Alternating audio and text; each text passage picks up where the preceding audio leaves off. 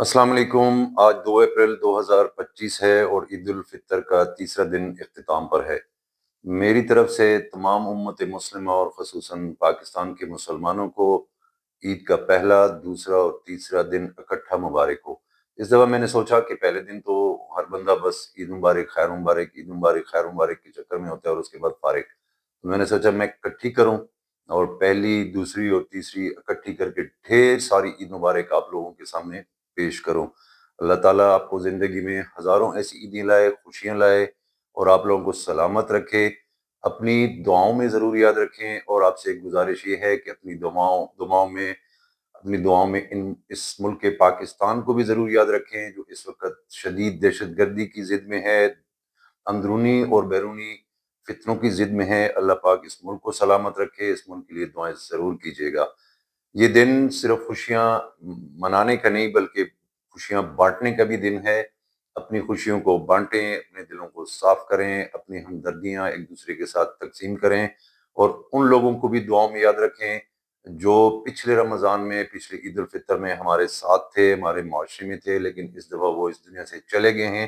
اللہ تعالیٰ ان کی بھی مغفرت فرمائے۔ ان لوگوں کو بھی اپنی دعاؤں میں یاد رکھیں جو دہشت گردی کی ضد میں لاسٹ 2-3 مہینے سے جو لوگ بے گناہ شہری مسلح افواج کے جوان شہید ہو چکے ہیں۔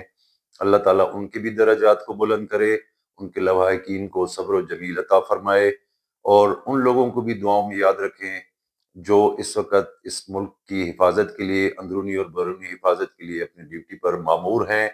اللہ تعالیٰ ان کی بھی حفاظت فرمائے، ان کی حفاظت کے لیے، ملک کی سلامتی کے لیے ضرور دعائیں کیجیے گا۔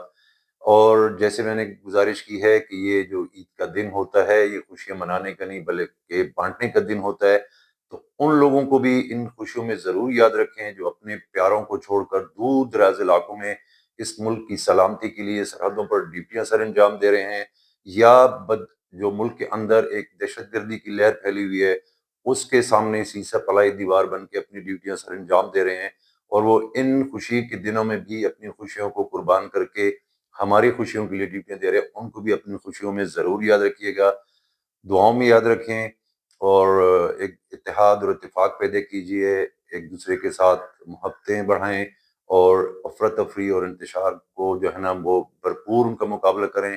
اپنی اسٹیٹ اور اپنی ریاست کے ساتھ کھڑے رہیں اور جیسی عبادتیں ہم نے رمضان میں، عید الفطر میں خوشیاں منائی، ایسی ہی ہمیں بھرپور پورا سال منانے کی توفیق عطا فرمائے۔ آپ لوگوں کا بہت بہت شکریہ۔ Thank you very much. Pakistan army زندہ باد، پاکستان پائندہ باد، دا ٹول اختر مبارک شاہ۔ جزاک اللہ۔